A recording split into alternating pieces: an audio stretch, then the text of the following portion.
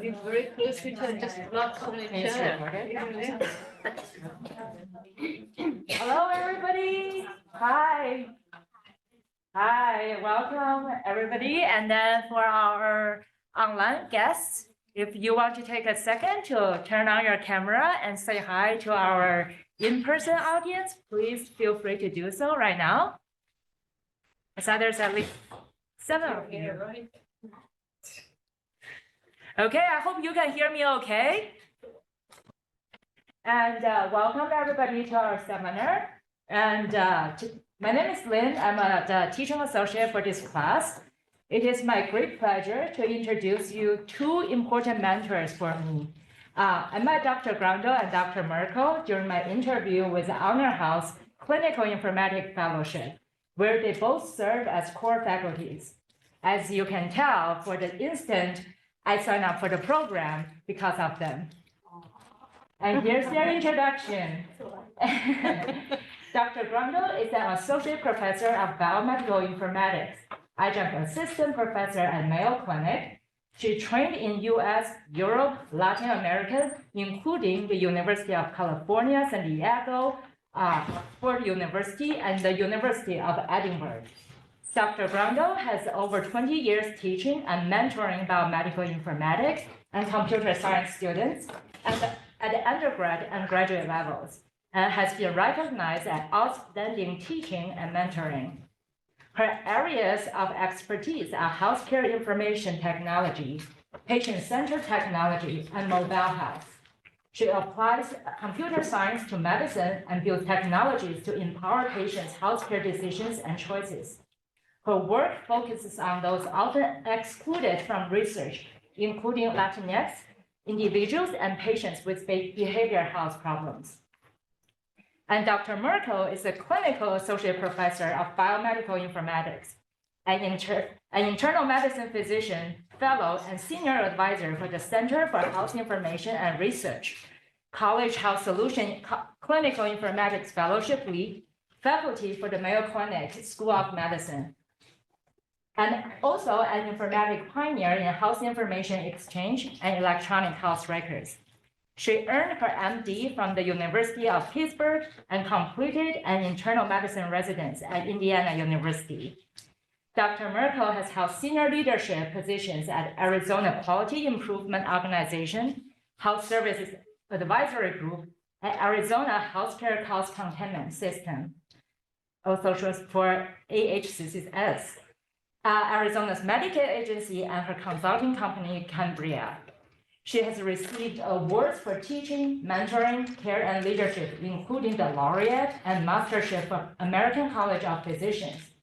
Her current research focuses on clinical decision support with policy impact, including the digital integration of physical, social, cultural, and mental health information to improve care and outcomes. Dr. Grundle and Dr. Merkel are both distinguished leaders in biomedical informatics, each offering unique and complementary skills to the discipline. However, a particularly invaluable insight I've gained from them is the importance of their friendship, both professionally and personally. As active members in Women in AMIA, they exemplify the strengths of mutual support among women, showcasing how empowering relationship can drive success and inspiration in the field. Without further ado, I'm as excited as you all are to learn more about your collaborative work on this new NIH-funded project, Substance Use Health Record Sharing, with the acronym SHARES, and its predecessor project, My Data Choices. Welcome. Thank you. That was a wonderful introduction. That was very lovely. Thank you. Thank you.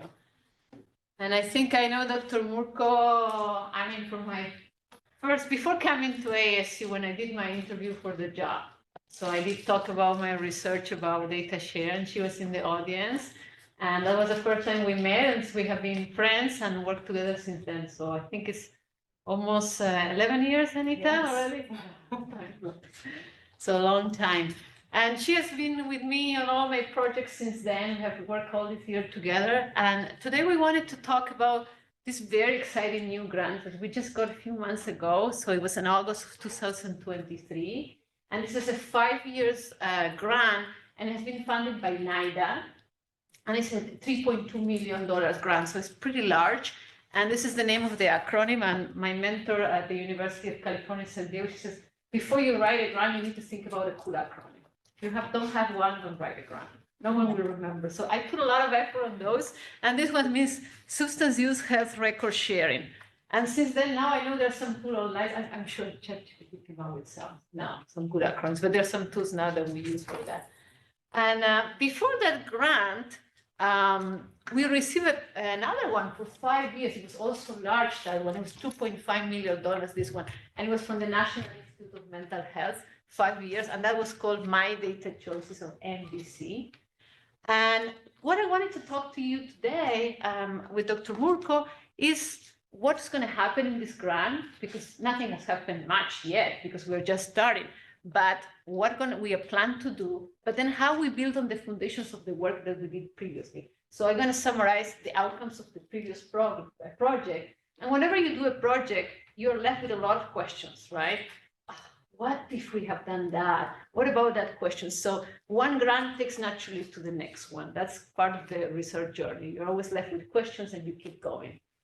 So next slide.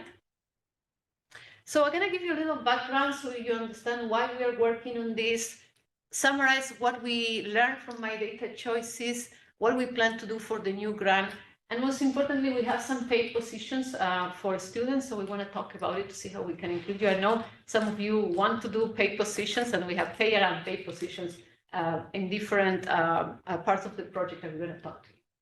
Next slide. So let's start with consent. And we are all patients and we all sign a lot of consents. So these are documents that you use to express your preferences in the healthcare system. And there are many different types. The first one is related to handling of information. So we often have to sign consents saying, I release this information. And we all learn about HIPAA, right? And this is actually the core part of the grant, though there are other types of consents that we don't cover. So consents for treatment. So for instance, if physicians want to perform surgery on you, you have to consent, right? It's important, it's your body. And then a combination of both. But for the purpose of this talk, we only want to focus on the handling or release of information. Next slide. So I wanted to put in boxes, what are the main areas where we are working in these grants? Because the problem is very challenging. So we wanted to put it in boxes and try to organize, our initiatives. And the first one is, of course, technology. We're in informatics. And we know we have been moving for a while from paper-based consents to electronic consents. You notice that even your dentist now sends you an electronic consent. So everyone is using electronic consents. But maybe they are not using the full potential of it. There's a lot of information, permissions that you give, obligations that creates during consent that could be machine interpretable. So you could think about creating clinical decision support systems around your consents and your permissions.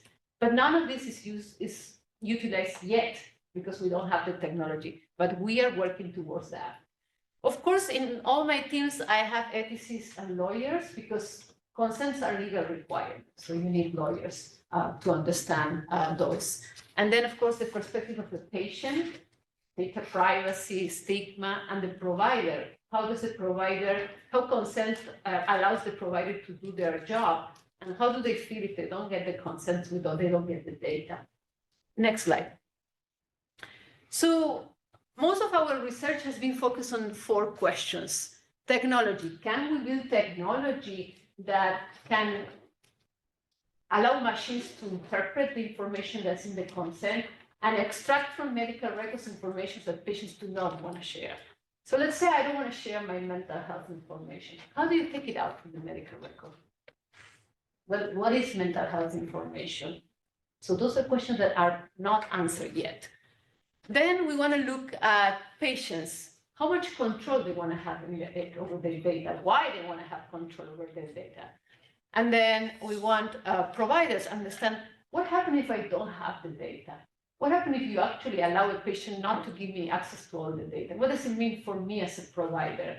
Can I still provide safe and effective care? So those are the 4 questions that have been driving the 2 grants. Next slide. So We have the two extremes, right? I want to share all my information and I want to share none of my information. But now we also have this gray zone in the middle that we call granular data sharing, where we allow a patient to say, well, I want to share most of it, but there are some data that I consider very sensitive and I may not want to share. I have my personal reasons why I don't want to share. And why this could be the case? You know, in reality, what happens is many of us contain sensitive medical records, information that we would not like some people to see. And that's mainly because of stigma, fears of stigma, fear of discrimination, fear to lose your employment, legal concerns. For instance, if I had gone to a substance use disorder treatment, maybe I don't want anyone to know because maybe I may lose the custody of my children if they know that I am going through that. You know, concerns about I'm able to take care of my children, so I want to hide that information. Those are just examples. Next slide. So this idea of giving patient control does not come just from us, that the concept that we came up with. This is at the national level. First of all, NIDA, the NIH, who has been funding all these grants, is particularly interested in this. They want to see if it would work. HR7, which you all know, the organization that creates standards, is also interested in allowing to support that with their standards, particularly with FHIR. SAMHSA also has been building technology, and I'm going to explain about one technology that they developed actually quite a while ago, 2013, they have this technology to do that. ONC 2010, they have making statements about the importance of giving patient control. So this has been going on for a while.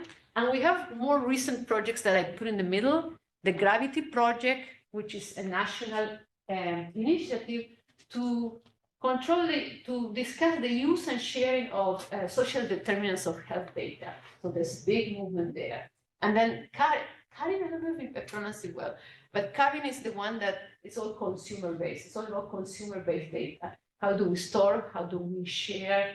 How much control have consumer over the data they are creating? And we know this is a big topic, right? The data we are creating with our phones, with our devices, where does it go? Who can use it?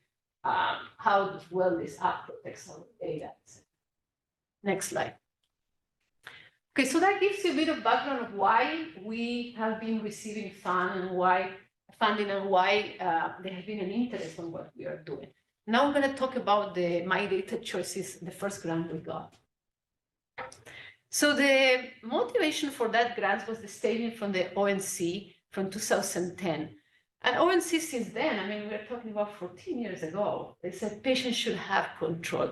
They should be able to determine at a granular level which personal health information should be shared, with whom and for what purposes. So you can see here that they're proposing this idea of granularity, not just on what types of data you may want to share, but also with whom and for what purposes. So different layers of granularity to support the choices of patients. Next slide. So the first grant, My Data Choices, was all about the patient. It was very patient-centered because, of course, that's what I like.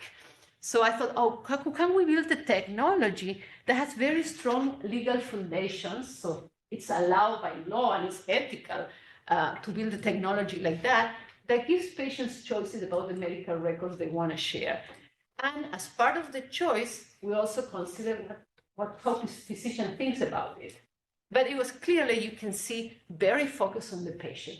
That was the main focus of the grant. Next slide. And for that grant, we partnered with 2 community partners, which I think most of the students are going to the other class, right? To the clinical environments. They will be going to COPA. Yes. Oh, they're going to go to COPA. Okay. So you will know about COPA Health and maybe not about the Jewish Family and Children Services, but they are both behavioral health providers. And what makes us very interesting to partner with this is that they were coming out with this model that was relatively new by then, 2016, that provide integrated care. So in the same facility, patients can see primary care doctor and the behavioral health doctor to facilitate the integration, the care coordination, the integration of data. And also, underneath that, you may think maybe it's also to, deal in some way with the stigma that the patients encounter when they go outside. So it was just to promote also the use of the primary care, so they could get access to that. So these were the two facilities that we partnered with, and Copa Health especially has a lot of focus on patients with serious mental illness. And then we partnered with Contexture, which I'm sure all of you know by now, or we're in the BMI 601, so that you know, is the Health Information Exchange. And now it's for both Arizona and Colorado. So back then it was only called healthcare, and it was only in Arizona, but since then it has expanded to 2 states. So we partnered with the 3 of them. Next slide. All right, so now I'm gonna go through the different boxes and I'm gonna tell you what kind of things we found on each of them. So when we open the box of patient, we ask what is sensitive medical information for patients. So let's see what we found out. Next slide. And this is a study that now Dr. Calway, then was my PhD student. He ran this study with 200 patients, some in Spanish, some in English, speaking Spanish or English.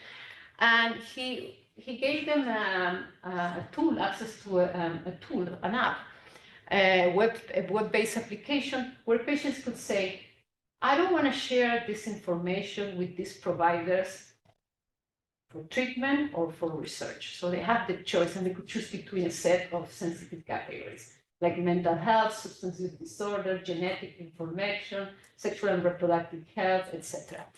So what we found is the statistical significant results that shows that patients do want to choose what they share with whom and for what purposes. So we validated the statement from the ONC. That's what the ONC were saying. You should give these choices. And the study shows that these choices were actually significant. Patients did want to have those choices. They were impactful when they decided to share. We also found that there was not a single patient of the 200 that we recruited that wanted to share all the data. All of them wanted to have some control over the data. And then we also found there was less willingness to share with providers outside the behavioral health facility that provides also primary care. So I feel less willing to share with a primary care doctor outside, or even a behavioral health doctor outside the facility. We didn't ask why, because there was not an interview or follow-up after, but a natural hypothesis would be because of stigma, right? Be less willing to share outside. Next slide. And then we also did this study who now Dr. Soni, and I think last semester you have a talk with her from Doximine, right? And what she did was very, very cool, very innovative, because previously, when someone wanted to know what are the perspectives of patients on sensitive data, they did mostly surveys, right? Surveys, or that was the standard instrument, or there could be some interviews of focus group where people talk in general about sensitivity, stigma, etc. But what she did different is that she recruited, I'm like 30 patients, and she gave each patient access to their own medical records, a subset of those. So if I were to run the study here, I would get medical records from each of you, a subset, and I would have an interview with each of you and say, this is what you have in your medical record. This is a sample. And that was that was very unique. It has to be personalized to each of you, the study. And then we said to each of you, so now this is your medical information. How would you categorize? What would you say is here relates to mental health? Do you see that depression is mental health? What would you put it? Or this diagnosis, or these medications, or this procedure, how would you categorize it?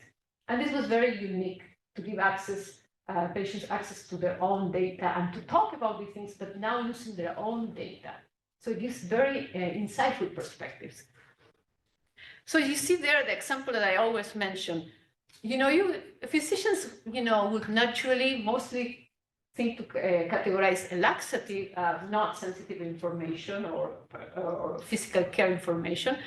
But look at this patient. This patient says, I think this is mental health information for me. So we ask why? Because I only take it to counteract the effects of my mental health medication. So it's part of my mental health care. I wouldn't take it otherwise. And this was unexpected. And it tells about the way that we contextualize, we perceive sensitive data and we perceive how data applies to us. So that was different, and you wouldn't get that from a survey. You wouldn't get that. And then we also, besides context, we learned something about temporality. So the concept of sensitivity may change over time based on your personal situation. For instance, this patient says, I don't drink anymore. Substance use information is no longer sensitive for me. So you will assume that it was sensitive before when they were going to these episodes of substance use, of drinking, but not anymore. So now you add another variable to sensitivity. Again, you may not have get this from a survey, but you get it when you see real patient data. Next slide.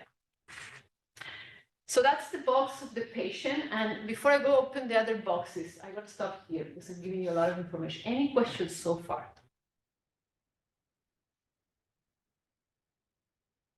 Yes. I'm not sure if this is relevant or not, but I like when you told us I forget his name, but it was one of your PhD students, and you work with 2,000 patients and 200, yeah, just covered. Yeah. yeah, I'm like, okay, what was their gender and what was their age? And I want, like, it's related to my research. Absolutely. So that's why in every slide I give you the paper. So if you go back, Daniel, to that one, you can see everything I tell you. There's a paper associated. So next one, I think, previous one, I think, this one. So this is where you get all this information here. So you could go here and find demographics and everything if it's relevant to your work. And I don't know if the slides get shared after. Yes, in fact, they're in Canvas now. All right, perfect. I'm sorry I cannot cover all the details for all the study because this is a high-level overview of the grant, but everything I'm telling you is published, so you can go there and look at it. All right? Okay, excellent. Good. Let's go then for Daniel. Now you need to remember where we were. We were going to open the provider box, right? So I think it's one. There it is. Okay. So how providers feel about all these things about, giving patient control? How do they feel about it? Next slide. So what we did, we did a lot of focus groups with behavioral health providers to ask them about this. And they were, of course, very supportive about giving patients control over their medical records. Absolutely, I want them to have control. I have, and they share with us all kinds of stories, very sad stories about stigma, their patients being discriminated when they are outside their facilities, which really touch your heart when you hear all these things. So they know this and they know that their patients are going through that. On the other hand, they said, I have a responsibility as a provider to provide very safe care, effective care. So there are some types of information I really need to know to do a good job. And that comes this notion of need to know. And we're asking, but what do you need to know? And all of them, based on the role they play, the job they have, they may need different things. So a social worker may want to know things that are different from the one the psychiatrist or the psychologist want to know.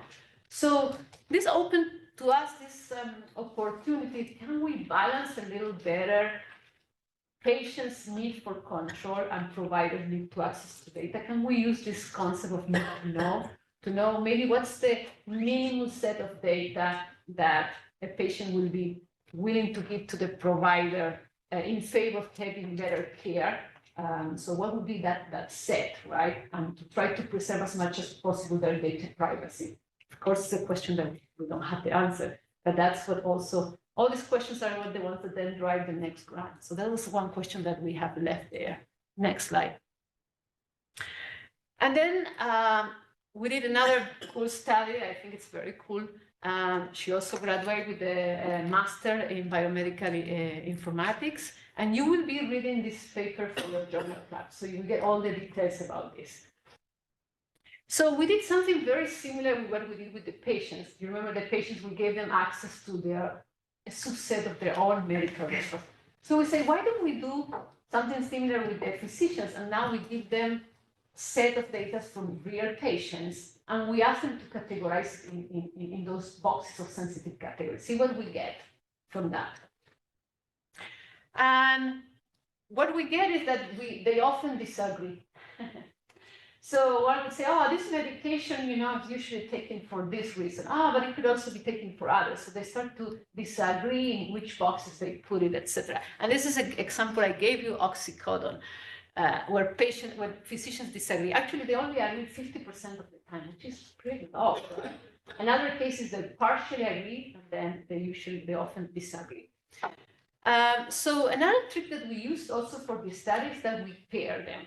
Because we thought maybe the type of patients that you see may impact the way that you perceive sensitive data or how you categorize it. So we put in a pair, a primary care provider and behavioral health providers, and we gave them the same medical records to categorize. And then we compared was agreement, disagreements, or partial agreements. And we got, as I told you, 50% on the agreement. But we learned a lot of things about how they think when they categorize. And we think about oxycodone. The primary care doctor says, oxycodone, I don't think it's necessarily sensitive information because, I can prescribe oxycodone for back pain of a patient. While the behavioral health provider is very used to see their patients, and they say, no, I think when I see oxycodone, I may think about substance use. This is the first thing that maybe I would think about. I will look to see if this patient actually has a record of substance use. And we asked them, so what would make you be more precise in your category? Because you don't seem to be sure about where to put it. What would you need to be more precise? And they consistently told us, I would like to need more context. I would like to see more of the medical record of the patient. Because remember, we only gave them items that we structured for the medical record. We didn't give them the whole medical record. So they said, if I had the whole medical record, I should be able to make connections, and you should be able to be more precise in the ways they can categorize data. So this is very important. Why? Because the technology that we have now to categorize sensitive data does not consider context. So it takes, let's say, a diagnosis of depression. I think it's mental health. It takes a medication, but never considers the context. So if context turns out to be important to increase the accuracy of this categorization, the next question is how much context? It's just that you need the diagnosis, the main diagnosis, or what do you actually need to decide with more level of precision? So that's still another open question, right? So that also drives the next grant. Next slide. Let's open now, where I have this expertise. The legal box, okay? So what does the law says? Next slide.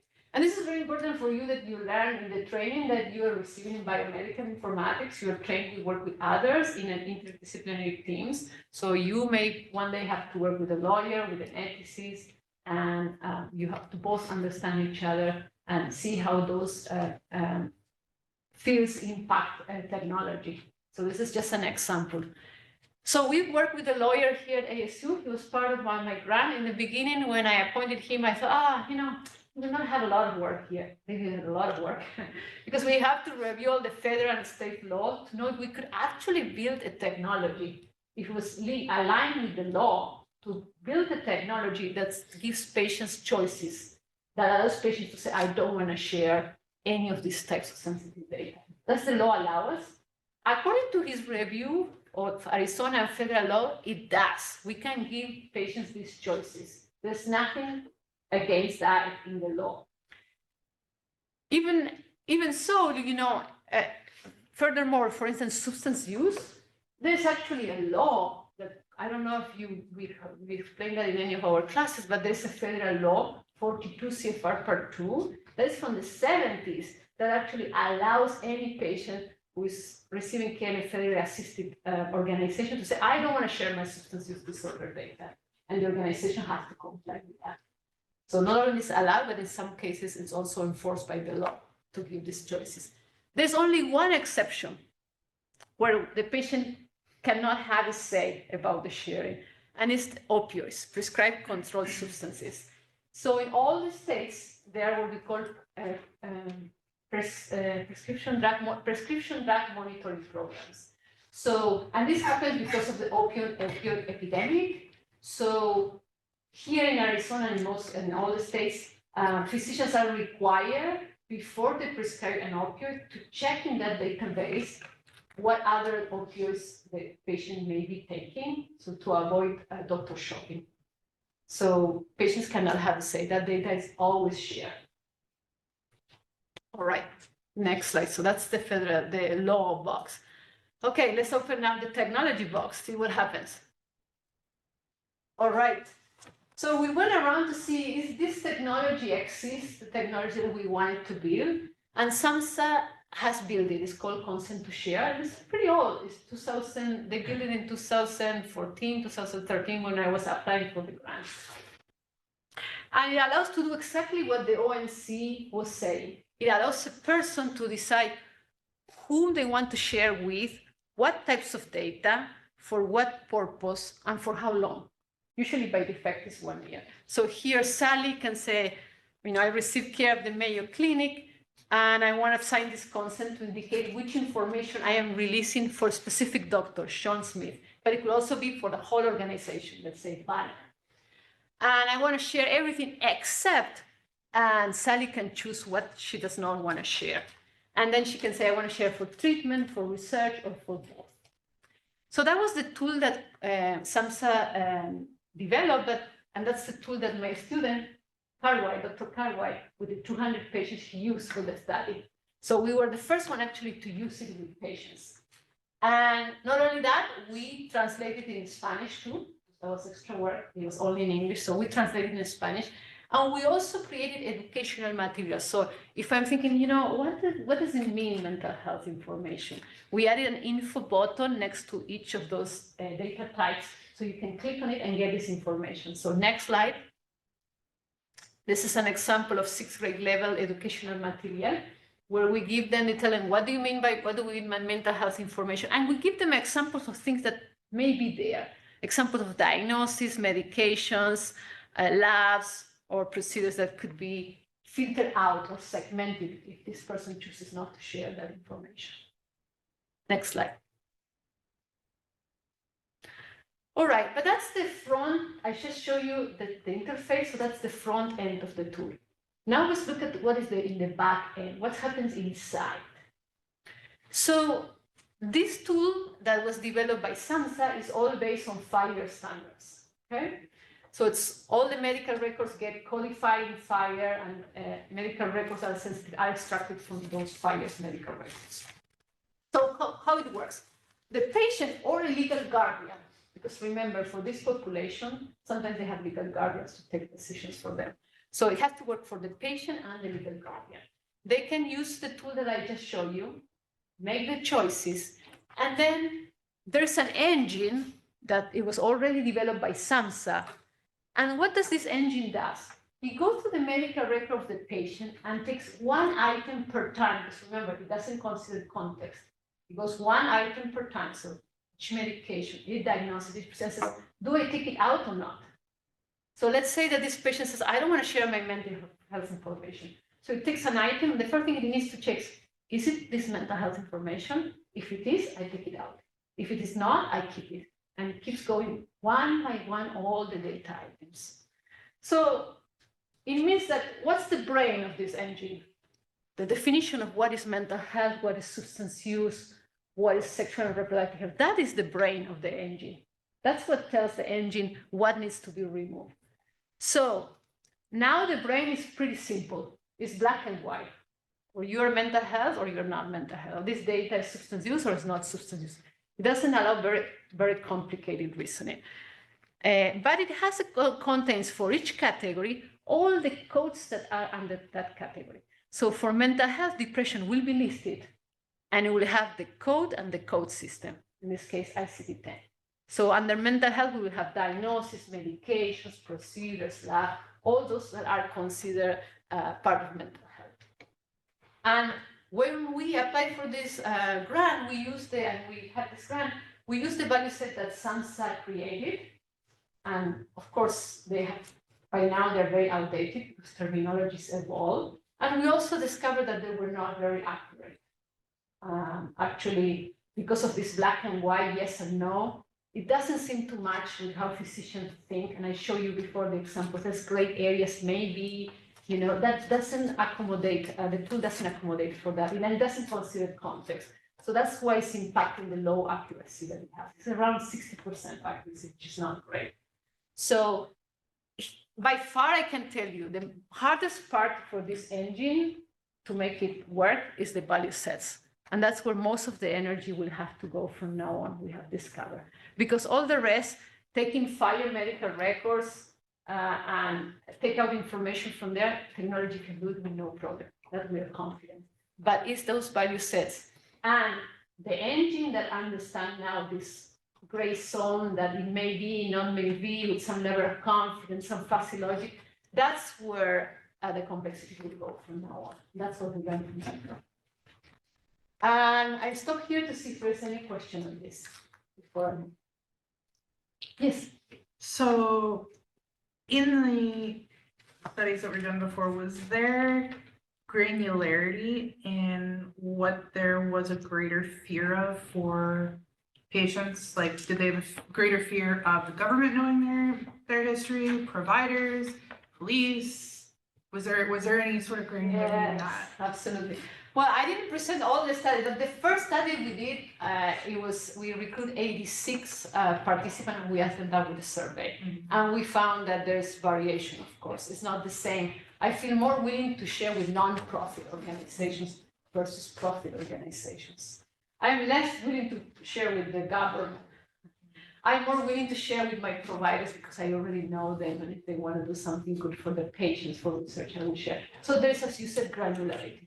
Yes, and that depends on the trust they have in these organizations. Higher the trust, higher the willingness to share is what we are seeing coming out from the study. Yeah, but I am not able to explain all that the research we did, so there's much more. I think we published like 18 papers in that grant. So I'm only giving you here maybe a feeling of 6 of those, the ones that I think tell story clear, but you can ask me if you want, or we don't have a website for this one, but for the next round we have where we learn our lesson, but we don't have a place where to put papers and people ask us. So then I don't want to ruin the surprise that you want to publish a website. All right, any other questions before I move? Yes. This might be a silly question, but yeah. So, what were the major causes? Any major cause? Why did they want to share it? Any major reason? Like, they didn't want to share their information with the providers or any of the other agents? Yeah, so very good question. Why people would not like to share, right? So we asked that also in the survey and also came out through all the interviews. Stigma is the number one. Stigma, fear of discrimination is the number one. And then you can go more granular. Usually it's custody of the children, fear to find a job or keep my job or my employer to know about this. So there's granularity also in there in terms of what they're care about. The stigma is number one. Yeah. Yes. I didn't get the part. What is this value sets? Is it something like I'm extracting some data from the fire medical records, and then I'm trying to assign some sorts of value to that patient based on those records? Is it working like this? No, it's the engine. What it does is that's a matching, right? It goes through your medical record. I'm a full-time professor, I have to use that. So it goes through your medical records. So these are all the items in your medical. So you have diagnosis, medications, process. So it goes once by one and it checks. So let's say that you say, I don't want to share my mental health information. So it's going to look for mental health information. So it goes to the first item and it says, is this mental health information? I don't know. I'm going to look at my value set, which is a database. So you have your mental health information database here that has a list of all the concepts that are considered mental health. So if it matches, so it says you have A, and A is listed here, then you will say it's mental health. I take it out. So it's a matching, 0, 1, or it's here or it's not here. It's very simple engine. Yeah. Any other questions? Yes. How much of the encounter does it remove? Just the diagnosis or the whole encounter, or like everything involved, or multiple days of it? That's a very good question, Martin. You're asking this because you're working on that, right? Mm-hmm. You're modeling the fire data. Well, yes. Yes. So And this is something that you will be working on in your project because you have already modeled the fire data, and now the next step that we're done is involved. The engine will take it out, and how much of it will take out? Because as you said, fire has this way of modeling like context-based, right? Sometimes you have information inside, other information inside. So how much it takes? I don't know all the technical details of that, but Daniel, do you have anything to say about it? Have you tried that already? Have you seen what the engine is taking out? It can take out specific resources. So it can be really specific to, I just want to take out this resource, or it could be more broad, but that would require, more development saying, like, you have to tell the engine, like, these are the connections, or then you would have to remove these connections. So it is possible, it would just require more telling to the engine. Yeah, I was just thinking about the case. Let's say you have a family history, right? That's the example. And you have been working on a family history, and you have a lot of information related to your family history. So let's say that all the information there now needs to be gone. So it means that the resource of family history should be gone too, right? Yeah. Those are the kind of things that the engine should be able to do that. Okay, so that's, as part of share, we will evaluate that, if the engine can do that accurately. For this grant, we didn't do it. We didn't evaluate that it does actually segment out the fire data correctly. But that's part of the shares grant. So we will do that. We will get there. But it's correct. How much we take, because the way that fire is structured. Like the entire doctor's appointment or just that. Part Yes, of it, or, it should remove everything, Yeah. and that should be in the engine. So we will test that throughout the project. Very good question. Very good. Any other question? You told that software is going to be involved, right? What kind of software it's going to use? Okay. We will, no, you're right. I don't have another slide to show this, but I'm gonna tell you a little about it. It builds on this. We are now in a new generation. Gets a little old now. This is 2013, and we are in 2024 already. So we have moved on. We are using a different engine that is based on the same principles. And it was funded by the ONC, and it was funded in pilot tested in San Diego, in a hospital in San Diego. So it's based on very similar principles, based on fire, but as I said, it updated. So the engine is not Drew's engine anymore, but it's a JSON engine. And then we don't have these XACML rules. We have some of them, but then in combination with other software, we still have the value sets though. So the principles are still the same, but we upgraded some software. So we still use Fire, but maybe here it was the version number 1, and we're already in version number 5. Drew is not anymore JSON, and the value sets, still we're using this very primitive, but we're upgrading it to do something more sophisticated now. So we are adding the concept of context and level of confidence. So I'm very confident this is meant I have. I'm somehow confident. I'm little confidence. So we have levels of granularity now.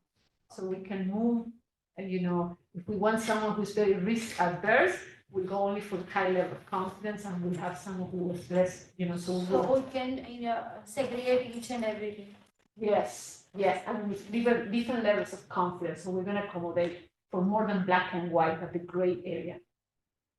Yes. Does the provider that entered that information factor into the confidence levels?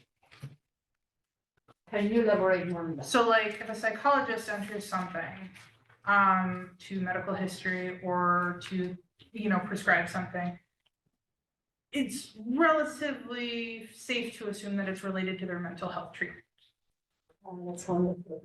Yes. Right? So that should affect the confidence level, like could be factored in if there's a question. Wonderful. Right? We haven't thought about it, so you gave me just a good idea.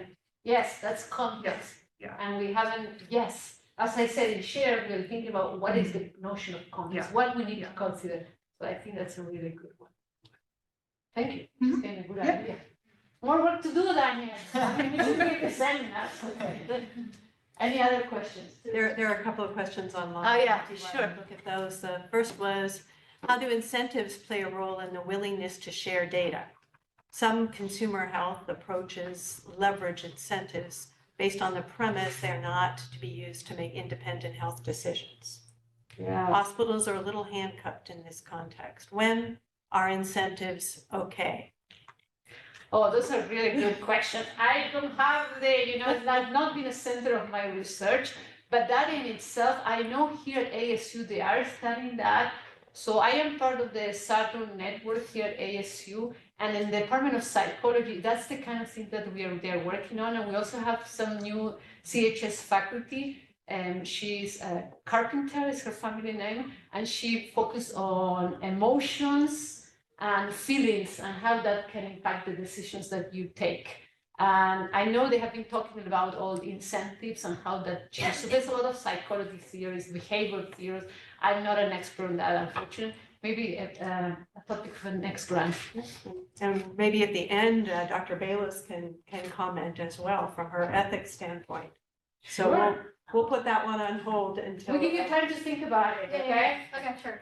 All right. There's also a question, how do you think patient interaction with consents with LLM chatbots change willingness to share information? Again, what? How do you think patient interaction with consents that are through chatbots change willingness to share information?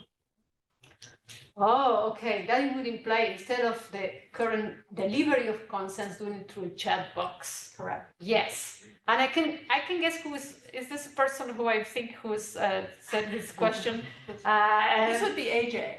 Oh, I didn't expect that. Okay. That's wonderful. And I don't know the answer how the delivery changed your willingness, but I know, and I thought it was not AJ, but my ex-student, Dr. Sony, who is a doc-me, because she has approached me to say, why don't we start to deliver the concept with chat box? What would you think would be? And I think that's in a study in itself. And I thought, this is a different population, so that one I work with, low income, multiple languages, maybe not proficiency. So I think maybe we need to test first, and this is what we're doing in the current study, how it works, email and text messages, and see if we get this going. If we see that the recruitment is high, that we have more chance, then we could move it to a higher level. Or try something that's a little more sophisticated. But in research, we build in blocks, right? You want to go safe, and testing starts from the simplest to the most complex. So that's how we plan to do it. But based on all these ideas, we should have 10 grants, Anita. We're not producing enough grants from what I'm saying. All right, and just for the interest of time, Dr. Muko needs to talk too, so I'm going to keep going. Next slide.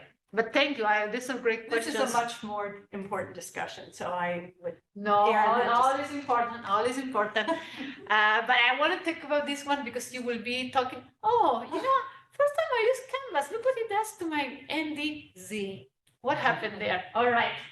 By the way, I see all of you using Canvas in my class, so I'm in my sabbatical one now. So my first task was to learn Canvas, to get at your level. So this is my presentation, my first test with Canva. I wanted to be as cool as you are, but then you create very nice slides. So this is my first try, and I don't know what happened with NBC there, but that's okay. So this is the paper that you're going to talk, the second paper for the journal club, and Daniel is the first author of that. And also we have Dr. Zhao and Dr. Chen that somehow didn't make it here, but he's also there. And this paper is under review, accepted with revisions. So you're going to get to see what happened in the process when you're submitting the paper and it gets accepted, but the reviewer says that you should be doing this and this and that, and you have to respond to that. So you should treat it as confidential. And what is the idea of this paper? Creating the value set is by far the most complex part. So we say how we can start to work towards it. Let's start with a small, easier problem. Let's think about how we can build value sets for medications. And not for any medication, but all those medications that are, the definition of the set is very linked to the ingredients. So let's say opioids. Opioids medications are all those medications that have opioid ingredients, right? And then let's do the same for antidepressants, which are also based on antidepressant ingredients.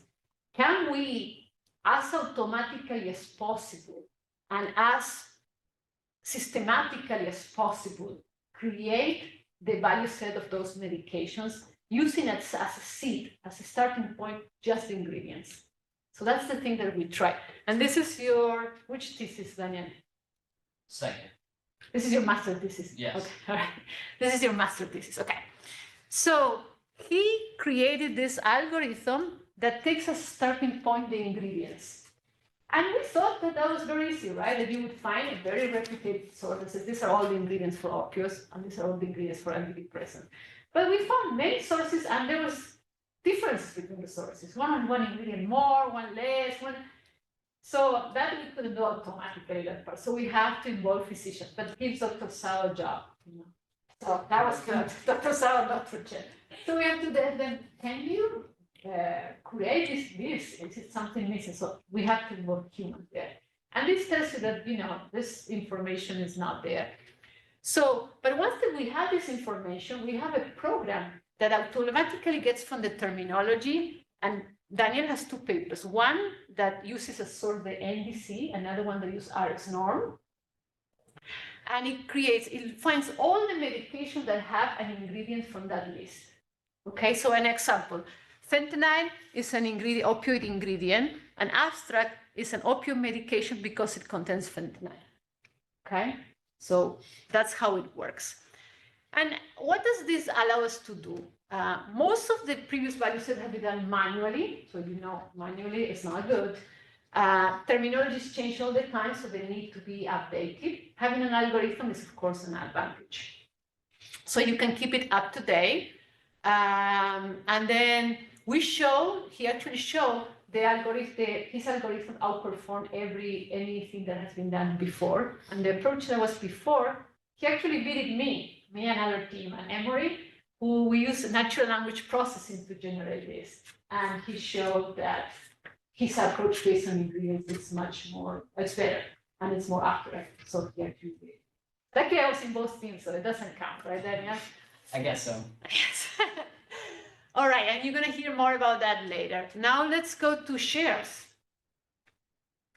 So as I said, my data choices were very centered in the patient, but after all the feedback I got from physicians, I think we need to try to find something that's harder, but more balanced between providers and physicians. And we're going to play with this idea of need to know to see if we can determine what's the minimum set of data that a patient can share with the physicians to have a good care, but at the same time preserve as much as possible their privacy. Next slide. First grant was all based in Arizona research team members, community partners, etc. This time we have researchers from all the United States, an advisory board from all the United States, because we wanted to have a national impact. Next slide. Before we look at all types of sensitive data, this time we're only going to focus on substance use disorders. We're going to go very deep, small in scope, but deep in an approach. Next slide. And what are we going to do? We want to be this is supposed to be the first interdisciplinary substance use medical record sharing study. And Dr. Murko will explain about the team, so you can see it's as interdisciplinary as it gets. We're going to try to introduce and test very novel data segmentation methods and tools. And we're going to use that to measure, if we have these tools, how this could change the sharing of these sensitive medical records and how this can impact the care of the patient. Next slide. So we have very similar questions. They all come from inspiring my data choices. Can we balance patient and providers' substance use data sharing needs? Can we build a technology that removes sensitive medical records? And can we improve the healthcare of patients with substance use disorders? Next slide. So is this yours? You're ready? This is your slide? This is mine. Oh, there you have. I made it. So the answer to the questions is that we are building on very strong community partnerships that you heard that we built in My Data Choices.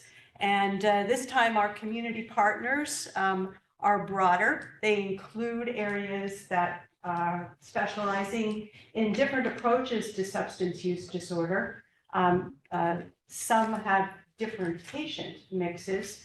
And also Contexture again, which is our health information exchange. Next slide.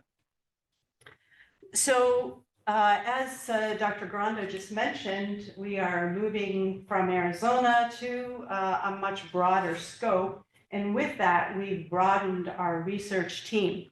And on the SHARES website that Daniel Mendoza is our webmaster. And looks like we've got a very cute website here. Thank you, Daniel. I like the avatar though. So if you go to the SHARES website, which is very intuitive, ASU Shares. So it's, I'm sorry? .com, just simple. Oh, if you type in ASU Shares, it will get you there actually. So this is the website. And one of the things that we wanted to show you on here was our team. And so let's go to our team website. And of course, our research team is led by our fearless PI. There are also a number of co-investigators that are definitely multidisciplinary. We have Dr. Campbell, who's a social worker, and she is from Columbia. We have Columbia University. We have Dr. Cook Deegan, and he is a physician ethicist. He came from Duke, and now he's at ASU. We have Dr. Preston Lee, and Dr. Lee actually graduated from our BMI program. He worked under Dr. Greenis, and Dr. Lee is an expert in standards and software development. And if some of you responded to the recent job internship, it's to Dr. Lee. I'm not sure if Dr. Lee is on today with us, but if you are, we'd like to talk with you a little at the end. Yours truly. We also have Dr. Michael Todd, and Dr. Todd is a statistician from the Edson School of Nursing and Innovation. And then Dr. Mengi Wade just joined our team as a postdoctoral fellow, and she's an expert in qualitative analysis. So this is the core team. And then, as Dr. Grando mentioned, we have a real powerhouse advisory board of people who are actually internationally known for a number of the areas that they're working in. Cameron Adams works at Access, and he is leading the quality improvement efforts around integrated care. We have Dr. Aristo, and she is a nurse who is working in the substance use disorder field and is an expert in nursing informatics.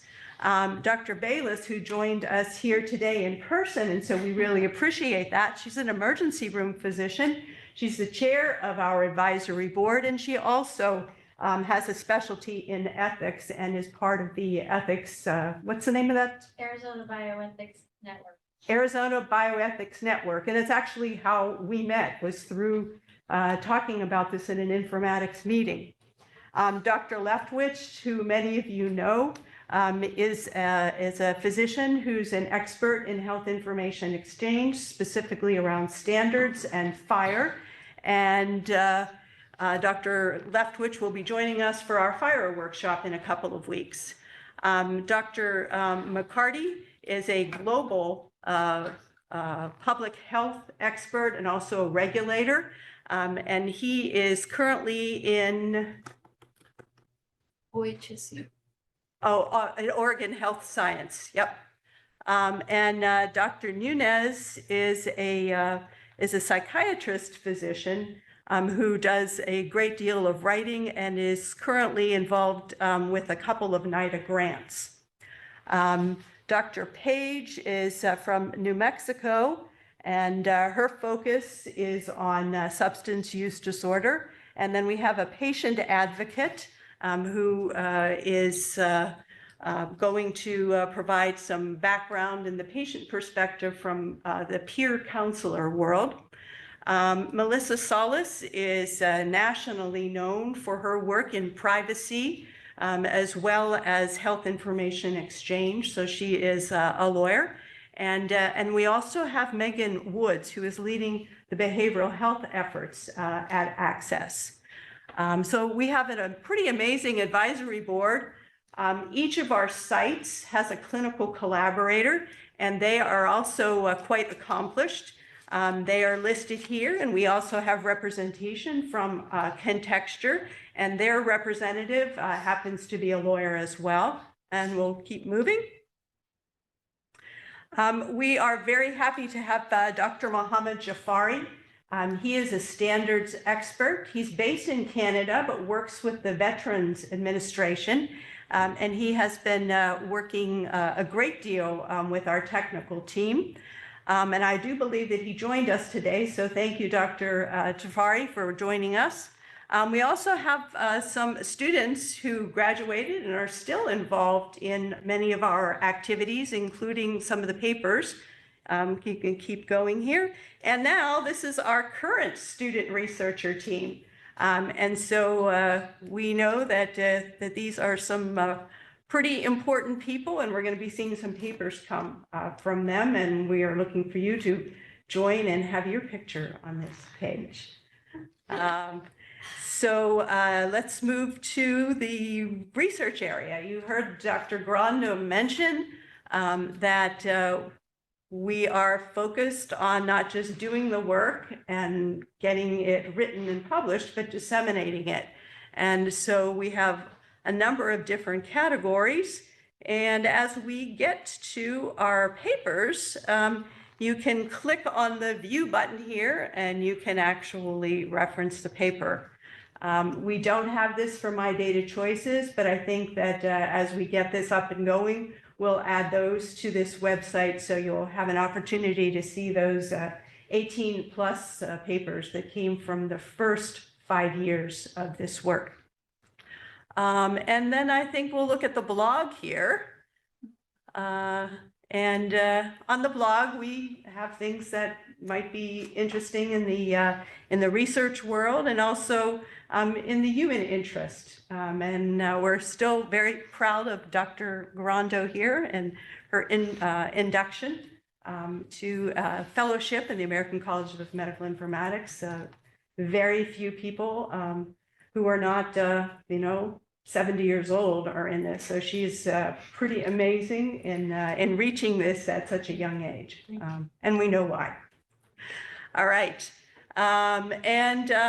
If you are part of the team and you have something you'd like to blog about, Daniel is going to be looking at your content and deciding whether or not to give you an opportunity to post it. We can go back to the slides. And back to our friend, Erica. All right. So you can go through these next slides. We had a backup just in case the website didn't show, but we knew it was going to work. Go back. Keep going. All right. So as you probably understood from the discussion that Dr. Grando provided, there are a lot of different areas that we will be doing research in, and we will be doing both qualitative, and for those of you who haven't been exposed to much qualitative research, this is where Dr. Wei is an expert. These are surveys, interviews, focus groups, and workflow modeling, which is a lot of what we do in 504 and 404. So the qualitative issues as well as the quantitative issues. And we also will be focusing on how do we measure, are we improving care? And one of the metrics that is used for improving care are the HEDIS metrics. And we'll also talk about those a little bit more in our 504 class. But suffice it to say that these are national measures and they are used widely and particularly they're used at Access, our Medicaid system here. And so they are measures that our sites are familiar with collecting so that we can see, did we improve care by sharing additional information? And then finally, you heard about the data segmentation tool. There's a lot of work to be done, which is why this is a 5-year grant to actually get to the point where we're looking at whether or not the data segmentation tool works. What works means, we're still developing that definition. Next slide. Next slide. So finally, we want to talk a little bit about if you want to get involved. There are opportunities that are volunteer and paid, depending upon if you are more qualitative or more quantitative in your interest. and also how much time and energy you have and what you would like to work on. And you can do this as an applied project. You can be a BMI or a health informatics student, and you have to be a pretty independent worker as well as a team worker. And 10 to 20 hours per week is what we ask that you have an opportunity to commit. If you have any interest, and after next week, because at Journal Club, you'll hear a little bit more about some of the work that's being done now, then we'll ask you to send your CV to Dr. Grando and let her know you're interested in being involved with the project, and if you would prefer more qualitative or quantitative type research projects. Next slide. As many of you know, there are other opportunities that arise through the grant, and that is with our partners. So if our partners have an opportunity, because they've been exposed to the quality of the students that have been working with our project, they will say, hey, I've got an opportunity, would you let your students know? And an example of this is what Dr. Lee just shared with us, that the company that he's working for, BDR, is a government contractor, and there's an internship opportunity that has some rather specific demographic issues that are associated with it.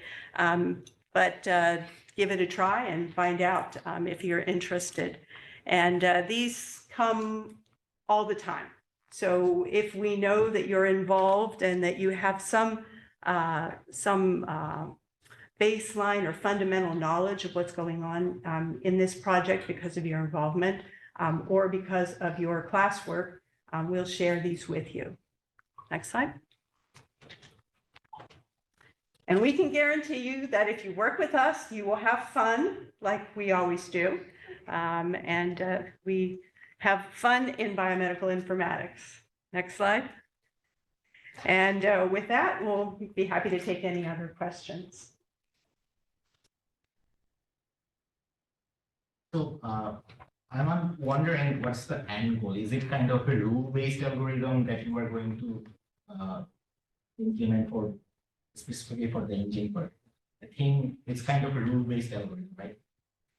Yeah, that's exactly what it is. And we, as we said, it's very simple as it is now. We're going to make it a little more advanced.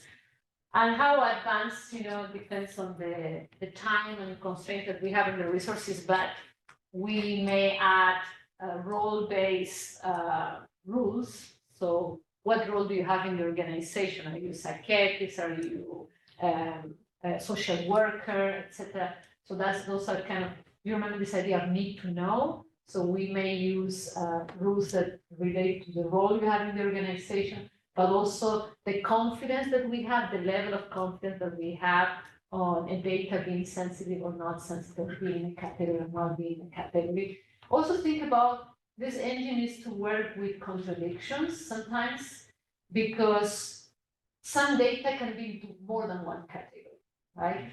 So if you say I'm going to use again the whiteboard, but let's say that you have two categories, A and B. And you have let's say, medication that can be used for more than one purpose, for purpose A and purpose B. And you say, I want to share A, but I don't want to share B. Do you share that? Right? And all it will depend about how risk adverse is the patient maybe. If you want to be very sure, you will most probably not share it, right?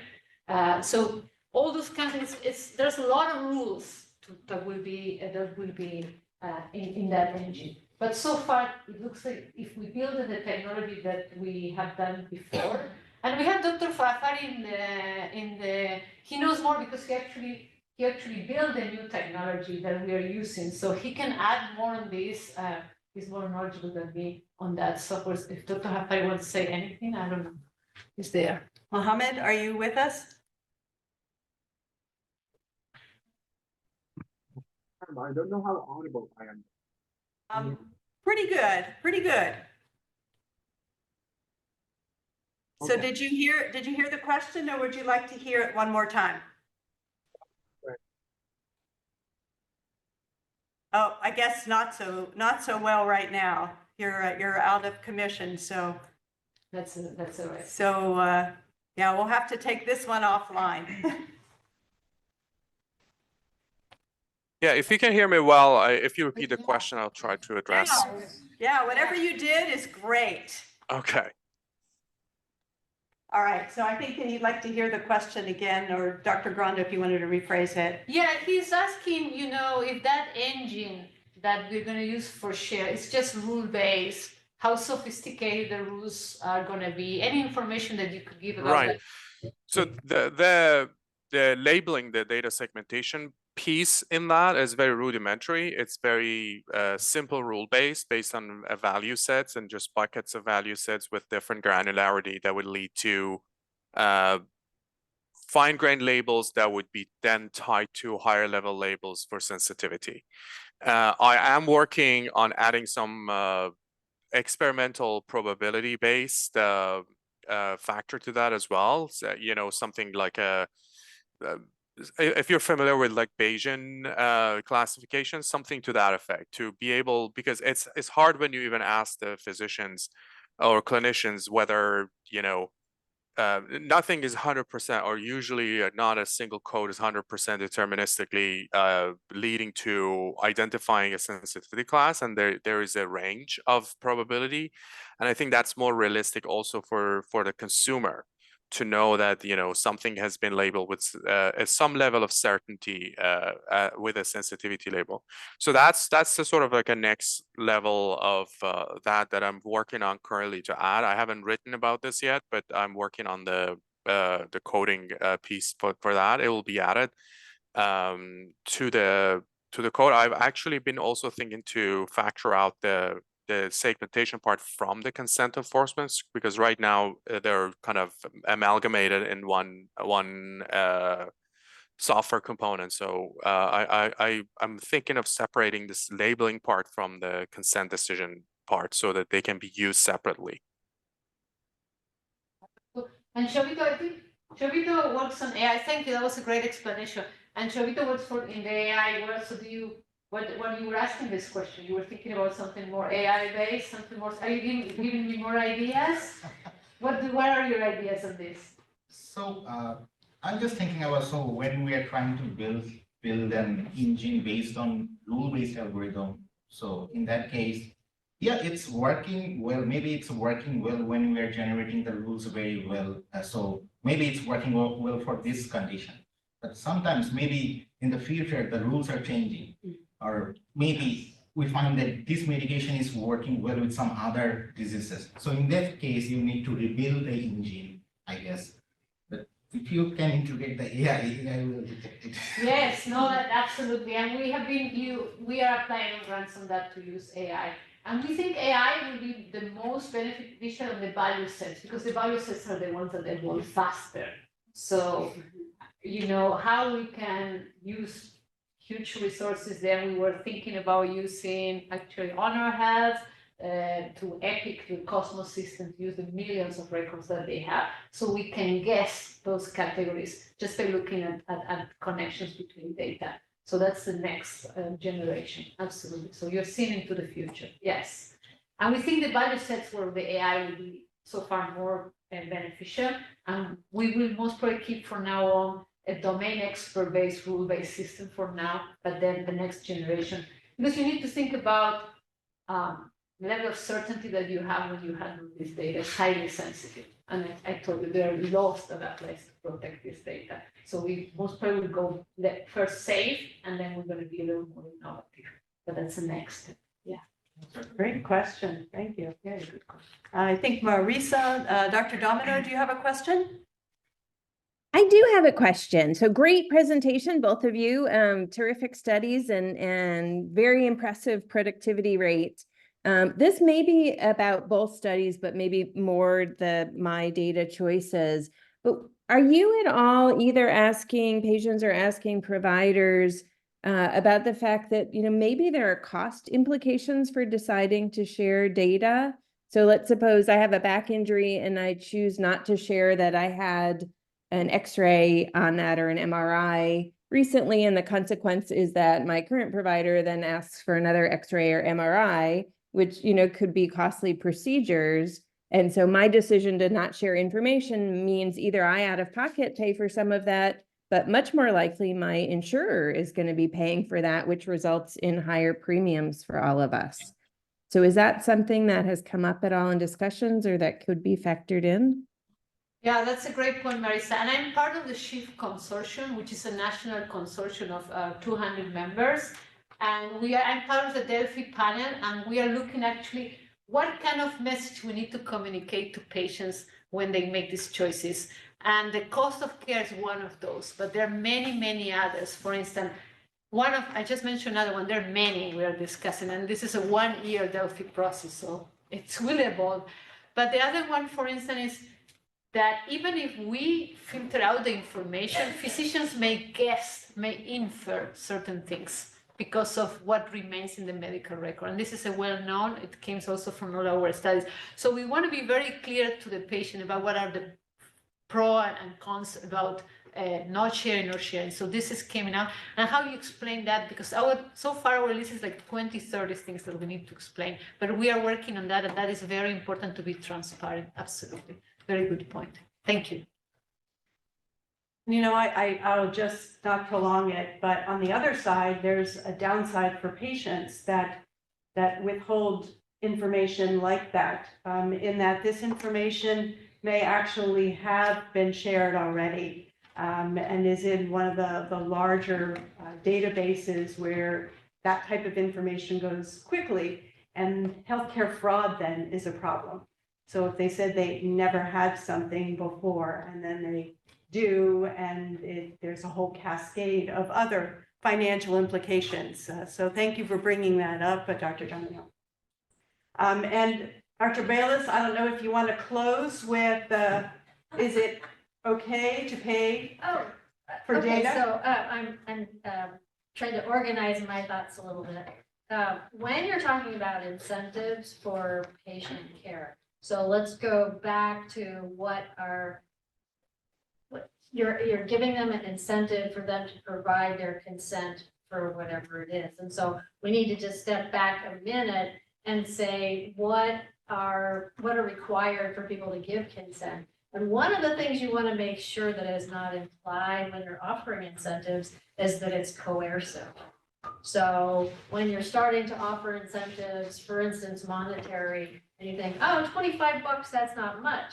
But if somebody needs to pay a particular bill, if they happen to need cash, then you have to wonder what the coercive. So when you're discussing incentives, you have to consider it's a consent process. And so are you meeting the ethical considerations for giving consent? So the issue of incentives is very difficult, right? You've heard of things like, well, if you want to get out of jail early, just donate a kidney, right? And it's like, how could that possibly not be considered coercive in any way, right? Yes. So what's the benefit to that's really being offered or not being offered?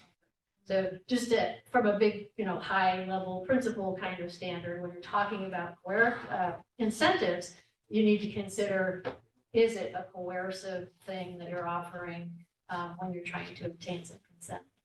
Well, thank you for that thoughtful closure. And we want to thank all of you for all of your comments and questions and great ideas, and for allowing us to share this really exciting research that we are able to do together. So thank you all. Thank you. Thank you so much. Oh, we got to